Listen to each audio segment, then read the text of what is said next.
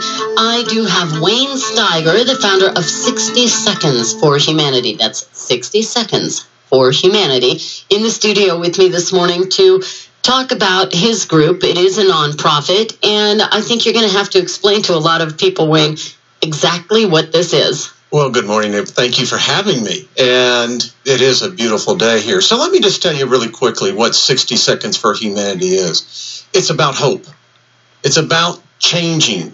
It's about all of us who probably feel like I do when we watch the news and you consistently see nothing but more violence, more bloodshed. And I got frustrated. I said, you know what? I'm just one individual. What can one individual do? But then I realized something. If I had this frustration, this anger at seeing this needless bloodshed, the violence increasing, I said, you know, there has to be others like me.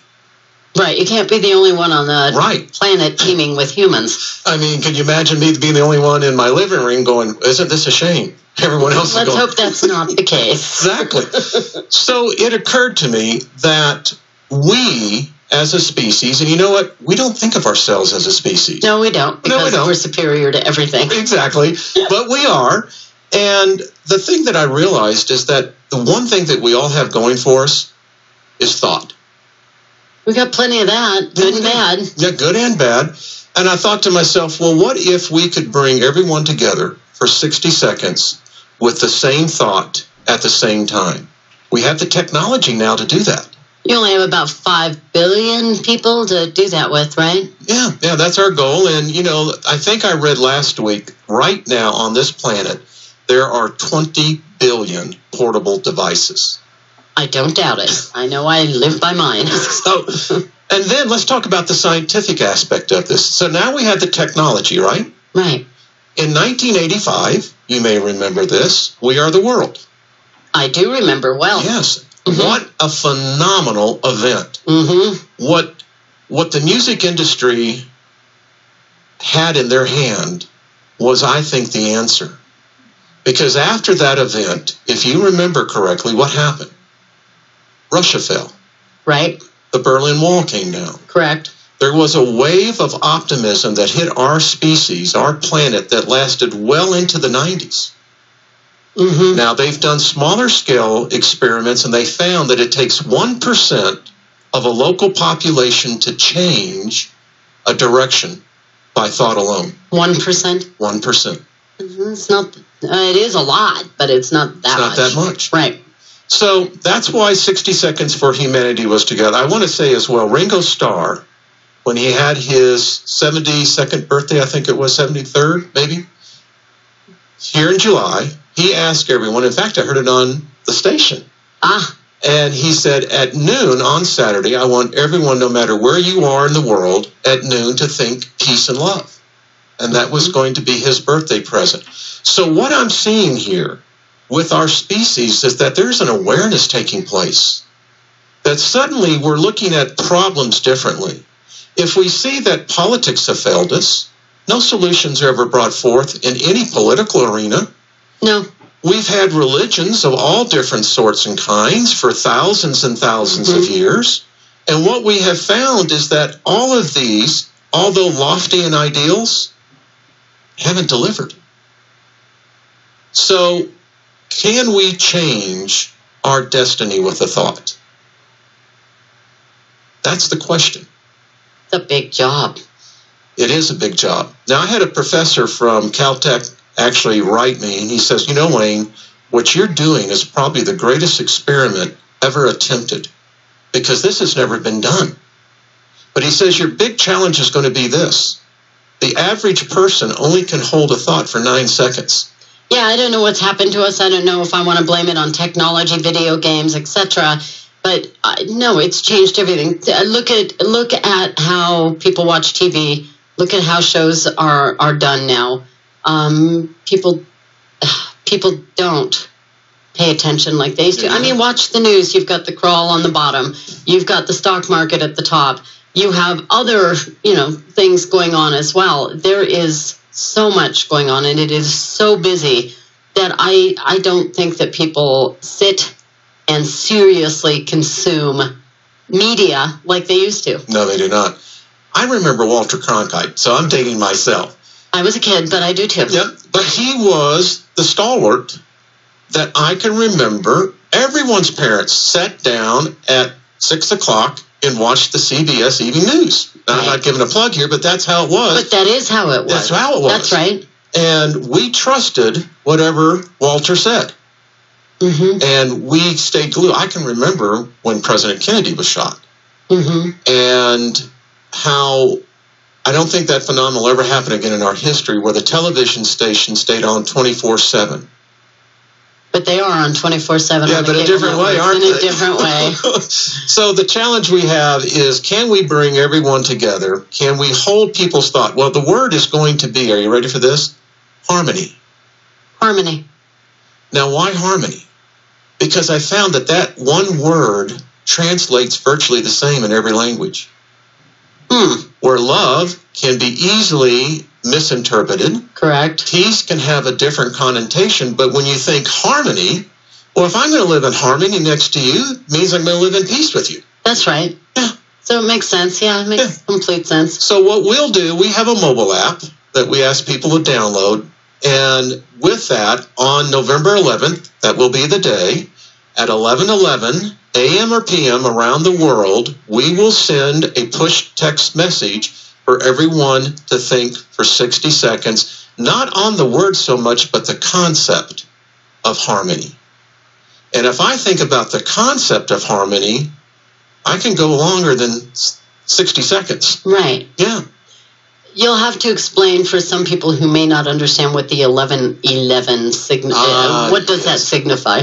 Well, numbers, believe it or not, do have an impact. And it's been proven in science. We can do the random factor. Even in quantum mechanics, they know numbers have meanings. Correct. 11:11 has always had a significance in kind of bringing the triune being together. That's body, soul, and mind. Mm-hmm. And so think about this from this point. Each of us generate 20 watts of electricity. Mm-hmm. Thought can be measured. They can actually do that in the hospital. They can measure your thoughts, right. And it puts out an amplitude. Right. So if we bring 5 billion people together, that's technically 100 billion watts of energy. Mm-hmm. A lightning bolt is only 10 billion. Now, the professor from Caltech that called me when he heard this, he says, now I'm very curious. What is your ultimate goal here? Yeah, that was going to be one of my next questions. Yeah. So.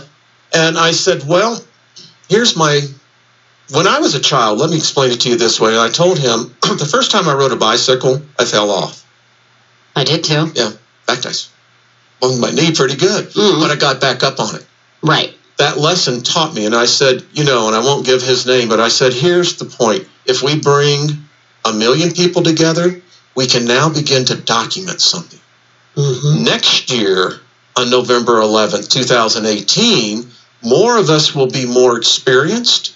We'll understand and be able to tell others that, listen, we'll be able to see, can we see an effect, for instance, this is what I'm using for the parameters. On November 10th, we will take a snapshot of the world headlines. The world headlines, we're going to see where the conflicts are. We're going to see where the political turmoil are. We're going to see where the terrorism is at. And there's actually a website you can do that with. Mm-hmm, there is. Yep. And so what we want to do is then project out 30 days after the experiment and see, are we seeing resolutions to conflicts that before seemed to be unsolvable?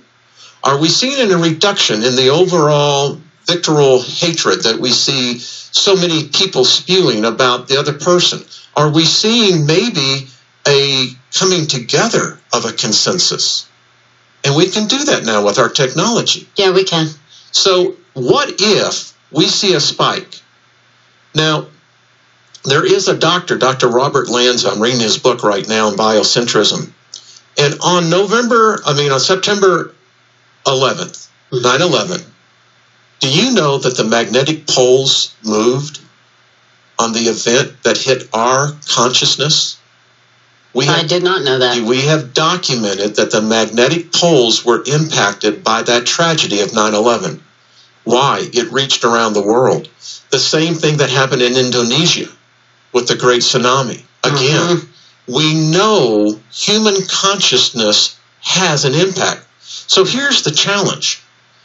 We can see in the animal kingdom a collective consciousness. A bee is born with all the knowledge of its species. Right. Gives them a tactical advantage in survivability. Correct. Our species does not. But it has been thought for well over 150 years that there is a collective consciousness. And that at times of great tragedy, we seem to plug into it. For instance, World War II. Okay, everyone that in that generation remembers V-Day. Yes, they do. It's as real to them as, okay, we know that there was this wave of this suffering that had held the world that was measured. We went into the greatest period of prosperity, if you remember, in the 50s. It was that pent-up emotion that we as a species held. So think about this. What if we came together with harmony, and all of a sudden we see the division of our species, our races, start melting away? The question is we have the technology to do what you're talking about. How do you reach everyone? Well, word of mouth. That's how it's been always done with our species. Look at the ice bucket challenge that happened. What was that? Yeah, I mean, that reached 550 million people. Right. I don't know what it did for LS. I hope they raised a lot of money out of it. I hope they did too. I did not partake. I did not either. But the point is that we see this repeatedly happening now in social media. Right. Social media is huge. And why is that? People feel connected to other people. Yes. They can see things. They can talk about their lives. They can whine about politics and news and traffic and their daily lives. And they feel like a lot of people can see it. They can. They have a voice. And it brings us that sense. You know, my problem with technology has been this. I'm 62. Been in technology all my life. And what I have seen so often is that it seems to separate us, isolate us. It does in some ways. And technology has done amazing things. At the same time, I think it's made us dumber in some cases. I mean, I hate to say that, considering Well, the test would show that you are correct. It's making us dumb as dirt. We can't remember things. Right, and when you don't know something, you don't necessarily need to retain it because, Google does it for you. And phone numbers, I'm very numbers driven. Do you know what I call Google? I call it the altar of all knowledge. There we go. Maybe not all correct knowledge, but all knowledge. And don't get me wrong, I do news for a living. I am wicked good at Google searches because I want to verify the truth of things. I love what the internet has done for us. At the same time, I know people who immediately put a phone number in on a phone and will never know what that phone number is. All they have to do is look up a name. That's great. I'm not saying you have to remember every phone number, but I'm very numbers driven. So I remember childhood phone numbers. How many did you remember at the most at one time? How many numbers? Yeah, how many could you? I can remember calling about 10 or 11 that would call right off the top of the top. I don't know. I never really thought about that because I just remembered numbers. Remembered. It was automatic. Yeah, all numbers. So I know it's weird. Okay, so you are a nonprofit, correct? I am. Yes, we are. How can the public help you? Well, first of all, just spreading the word. I think most of all, whether they support us or not, if we could just plant the seed into people's minds that there is hope, there is a possibility. And I think that, if anything else, says if there's a possibility, then we should pursue it. It's not going to hurt us. And what have you got to lose? Exactly. Right. So they can go to our website. It's 60seconds4humanity.com, and the 4 is the numeral 4. You can go to Google Play or the App Store and download our mobile app. Sign our guest book, and let's start bringing this out. As we get closer, we're going to get more and more of attention to the mainstream media and let them know that this event's going to take place. And so everyone that signs up now will be a part of the greatest experience. They will actually be the founders of this movement that I hope to see in the next 10, 15 years that it becomes commonplace. So exactly what can our listeners do to help other than word of mouth? I mean, do you need financial help? We always can take that. Yeah, building these systems are expensive, and because what we're actually documenting is a collective consciousness. Mm-hmm. That, if you begin to look at I look at the tech giants. I look at Elon Musk. Mm-hmm. Now, Elon is all over collective consciousness. He thinks it may be the one thing that could potentially save our species. From ourselves. Exactly, from ourselves. Exactly. Look at what Google is doing with Alphabet. They're now into life sciences. There is a lot more scientific. In fact, I can tell you DARPA is into this. Why? Because in 1969, here's a little story for you. There were 1,000 Vietnam War presters that had come from Woodstock, true story, that went down to Arlington to, quote unquote, form a circle around the Pentagon with thought. It so scared the officials in there that they would not allow them to assemble peacefully. Now, I will, oh my gosh, I'm admitting my age here. I will admit that I was 7 when Woodstock took place, but I'd never even heard this. Yeah. So my cousin, she introduced us, the family, into a lot of things, but she was a part of that movement. And what Woodstock showed us, if anything, you have to admit, what it did on the human consciousness, mm-hmm. Our species has never been the same. Those 500,000 people that came together for those 3 days of rock and roll, peace and love, what they did is that they altered. We can see it. We can see it in our politics. We can see it in the global movement. This is true, but I also believe that some of the things that took place in the 60s took 40 some odd years to take. It did. But I understand why they were done. There is a different feel. I mean, we could get into the whole American dream thing, which I'm not going to drag you through right now. That's altered, but not for the better. No, and the American dream is very much dead. Yeah. But at the same time, that's all of that kind of defeats what it is you are trying to do. Yeah. Basically, what you're trying to do is there's so much negative that you can dwell on. I mean, let's face it, everybody has something tough in their life. It doesn't matter who you are. Nobody has it perfect all the time. And it's very, very easy to dwell on the negative. And I don't know why the human brain wants to do that, but the negative is generally a very easy place to go to. You have to work towards seeing things from a positive side. So what you're trying to do in all reality is push positivity, right? In reality, yes. Yeah. Yeah. And that's basically it's what a positive charge. Right. Exactly. And right. I think now that we have the technology, let's do it. How many followers at this point, roughly? Because I know it's hard to keep track of. We just launched this less than 3 weeks ago. We have over 10,000 already. On Facebook? Yeah, we have our Facebook is a little slow. It's actually on our YouTube channel. Okay. And that's what really started the movement, was at YouTube. Yeah, YouTube's kind of cool, actually. It is. It's a great platform. I wish I had it when I was a kid. Yeah, I know. We have some really cool things. Like I said, while it's making us stupid, we're having fun with it. Exactly. But you can do some really amazing things with the technology that we have. And so you have 10,000 followers at this point on YouTube. Mm-hmm. You're growing Facebook. And Facebook, I think we're hitting 2,000 now.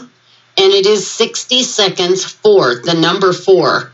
Humanity. And so I went earlier and I checked out the page because it's generally helpful to know who you're talking to a little bit so you know what to ask. But so you're doing this November. Yes, we are. And I would imagine that you're going to continue. What is your game plan now? I mean, yes, you've got the word out there, but are you going to be promoting this? Are you going to be making more videos? Are you going to be sending messages out? Is this going to be on Twitter? This is a what is the game plan? Mission now for me. My vision is eventually to see us that when we bring our young to start teaching them, instead of teaching them about the external things, the sciences, the maths, is that we teach them about who they are. Why are they here? And we begin to explain to them that it's mental thought that will dictate your path more than the external. And if we could do that, could you imagine children in kindergarten practicing thought? It's always good to have a thinker for a kid. It is, isn't it? It is. The philosophers, they are the greatest gift to humanity because they're the ones who tell us to slow down, stop, and think about it. Mm-hmm. Now, imagine if we could do that to a 2-year-old, a 3-year-old. Right. Yeah. Don't rush through everything. Exactly. Think before you move.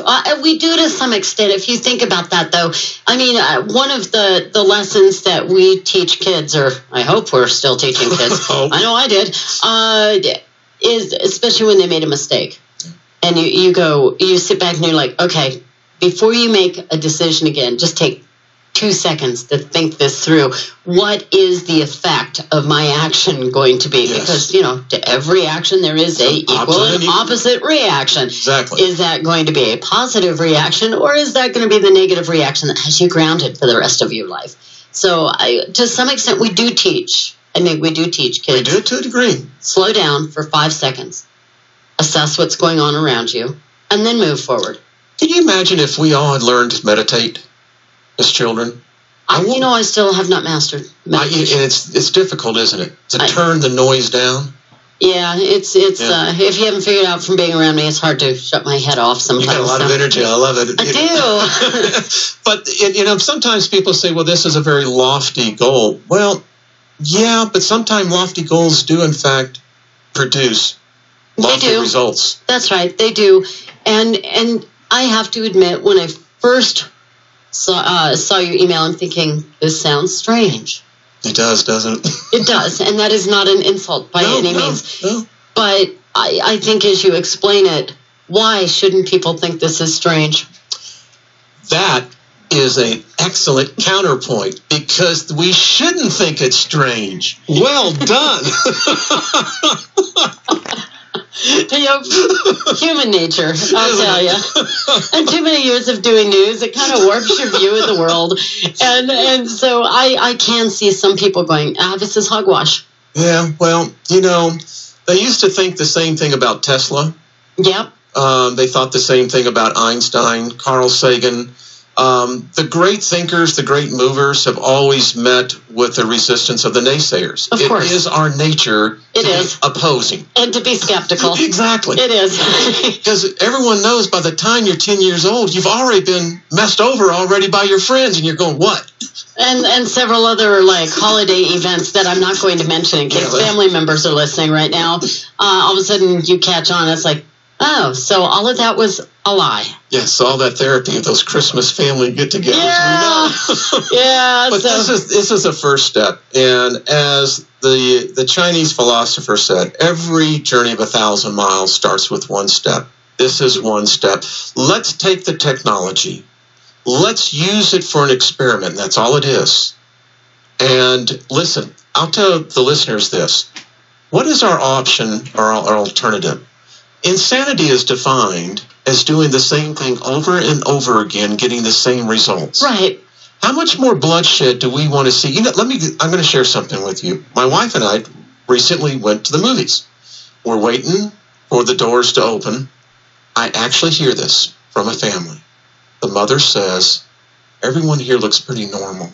I think we're going to be safe. Yes. That's messed up. Of course it's messed up. And we just hit the 5th anniversary of the Aurora Theater shooting. And I have to admit, I think about terrorism in a different light. I don't fear doing things because I refuse to do that. And generally, if I'm scared of something, it means I have to do it. But no, there's no common sense in that, so don't try this at home, kids. But there is when I walk into a venue to go to a concert, or when I walk into an event, or I go to the movies, I do take 5 seconds to look at where exits are. Yes, we do, don't we? Well, you do now. But that's, in a way, okay, it's sad. But at the same time, it's making people more aware of their surroundings, which really isn't a bad thing because people have the tendency to be in their own world. They do. You just ask any driver who's gotten into a really dumb accident. They're not paying attention. If anything, it has forced us in a very unfortunate manner to open our eyes and be more aware of our surroundings. So this may be the antithesis of it. That we can counter this with that thought that when she's in there, maybe she can think in a couple of years from now, well, maybe everyone's here is thinking peace. Yeah. Mm-hmm. I know it seems far-fetched, and I know it seems, someone told me, well, this is New Age. I don't know what New Age really means, but I do know this. I know thought has been around, and I'll leave this one thought as we close out on this, is the fact that if you take this from a theological point of view, right, mm-hmm. in which I was for many years, you could take this from the Tower of Babel perspective. Okay. And so when the languages were confused on our species, what was the one thing that they left us with? They said, if mankind could ever unite in thought and purpose, there would be nothing impossible for them. Mm-hmm. And that's basically what you're doing. That's what I'm doing. Okay, so let's run over a couple of things real quick. Let's run over your website. Yes. Once again, 60 seconds, numeral 4, humanity.com. Facebook, same thing? Same thing. If somebody wants to donate. They can. We have our PayPal account set up, so we all welcome them. They are all fully tax deductible, and I think it would be something that people can really... I look at this as my legacy to my species. Cool. Very cool. I can't leave anything else to them. Maybe I can leave them the next generation, because you know what? The baby boomers, we dropped the bucket. We dropped the ball somewhere along the way, and we can get into that in a whole different discussion, but maybe this is something I can leave humanity and say, carry on. I think it's awesome. Thank you. And I want to thank you so much for being my guest. I've been speaking with Mr. Wayne Steiger. He is the founder of 60 Seconds for Humanity. And I will say it's a different take on the Sunday morning show. Well, thank you. You're very welcome. Have a great, great morning. You've been listening. I want to close out. I want to thank Naya for the opportunity to meet with her in the interview. It was just great. We had a great time in the studio. Laughed a lot. And again, the energy where 60 Seconds for Humanity is concerned is contagious. And we just had a great time. And again, I want to thank Naya for the opportunity. And folks, get behind it. Like I said, this is an experiment. Let's see what happens. I always loved doing experiments when I was in school. All right, be kind to one another. And if the audio is off, I'll try to get the MP4 on this later, but I wanted to record this directly off the radio so you could hear it. All right, be kind to one another.